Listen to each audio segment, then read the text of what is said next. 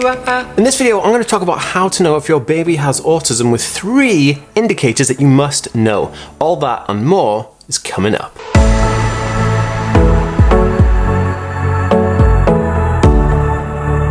Hey guys, welcome back to TheAspieWorld. My name is Dan. I have autism, ADHD, OCD and dyslexia, and I make weekly videos all about this type of content. So, if you're new around here and you'd like to learn more, remember to hit the subscribe button by clicking the notification bell. And if you're watching on Facebook and Instagram, make sure to follow this page to see more videos just like this one. Okay guys, welcome back. So, a lot of people often wonder, hey, my kid is growing up and they worry about, is my kid on the autism spectrum, because they want to know early enough so they can figure out a lot of hacks and stuff earlier on so that they can help their kid. And there's nothing wrong with that, and I totally understand that. And this is what my channel's about, helping and understanding. So if you want to learn a little bit more with reading, I have a free Autism Life Hacks PDF book, which you can download at autismhacks.net, and you can get that right now for free. So moving on from this, I have listed down 3 kind of major indicators that are signs and signals that your kid may be on the autism spectrum from an early age. Usually, typically, people won't diagnose autism until the child is about 3 to 4 years old. It is getting younger and younger because as more advanced techniques come out and more education is available and better education is available, this is something that is very apparent. But it's still kind of 3 to 4 years old that you could go to an official assessment or have someone assess them in their school or preschool, which is pretty much how they do it in the United Kingdom.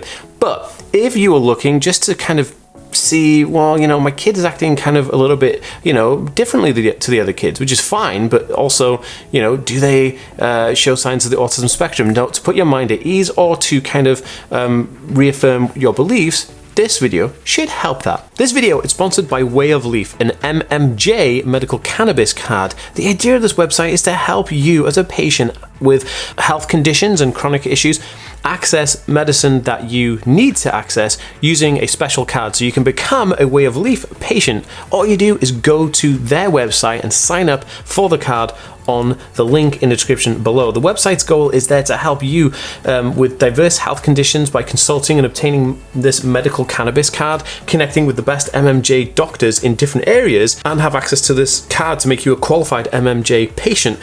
If you're interested and you're in the United States, please visit the link in the description down below. That'd be super, super awesome. Okay, on with the video.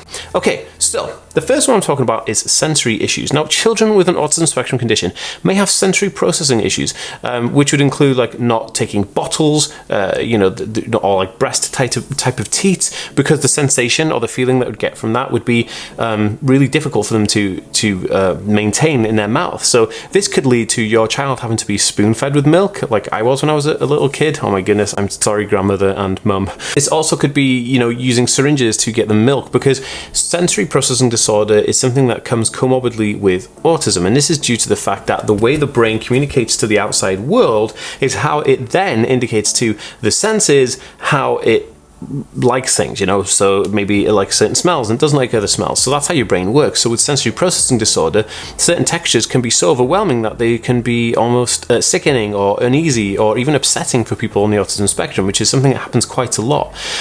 I did a video all about sensory processing disorder, and I'll try and leave a link for that around here somewhere, but if not, just type in TheAspieWorld sensory processing disorder and you'll find my video on Facebook and YouTube on that.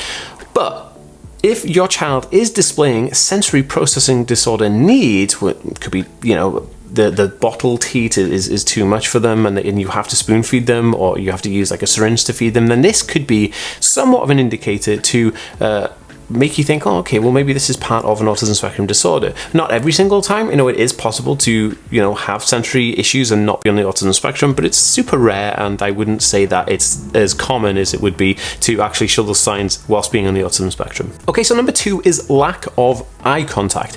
Now, babies are still developing their sight, their eyes are developing every single day, and there's so much that they do when they're just learning and growing, but they do, however, love to make eye contact contact with their mum and dad, you know, because mum and dad is their safe space. It's their sense of calmness and sense of being. So they love making eye contact and direct eye contact with mum and dad because this helps them feel safe and secure. But people on the autism spectrum, even as children, even as babies, may have difficulties in this area because they may not be able to make eye contact or maintain eye contact or want to make eye contact. They may be completely unable to make that connection through eye contact. Now, eye contact is a huge issue for people on the autism spectrum, and this is why it's a massive indicator with babies who really enjoy to make eye contact with their parents, that if they're not making eye contact with their parents, then this is an indicator, along with if you have sensory processing issues, that it's kind of leaning more towards the fact that, hey, maybe this is an autism spectrum disorder that is occurring right now. You know, this could be traits of an autism condition. So, eye contact, good indicator, strong indicator, and somewhat of a really, really strong indicator. Okay, so number 3 is unresponsive to noises. Now, as autism causes hyperfocus and sometimes zoning out, which is basically where a person on the autism spectrum may zone into an item and get really intrigued with the item, and then they'd zone out from everything else around them. So they would be unable to hear you calling their name or asking them questions and stuff like that. So babies who are on the autism spectrum may not respond to audio communication, you know, because you know, take into consideration, you know, you may have a squishy toy or like a noisy toy, something like makes a noise, or you may have like you know, a piece of digital toy that can make a noise, and you try and get their attention with this noise, but they're not really interested. They seem to be kind of like in a world of their own, and they're not responding to this noise. This again could be down to the fact that they are on the autism spectrum, and it's not that they're ignoring you or they're deaf, it's that they may be focusing on something completely unrelated to what you're trying to display to them through an audio kind of representation. You know, it could be music, or it could be noise or sound from a toy or gadget. It even could be you just, you know, making cooing noises or any type of noise towards their direction to try and get their attention. And if their attention isn't there and their attention is on something else, it could be the fact that they are zoning out of your kind of space and into their own space, which is very common for people on the autism spectrum.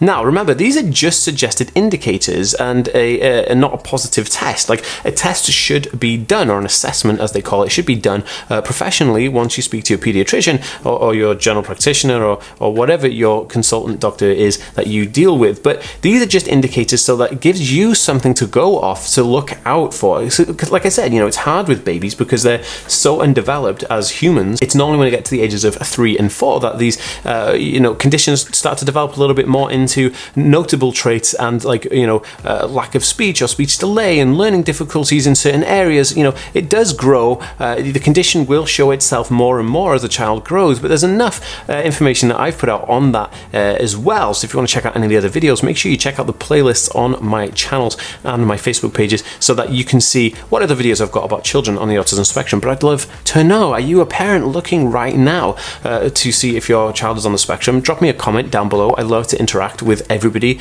Let me know. Yeah, I'm interested. Okay guys, I will speak to you next time. Peace.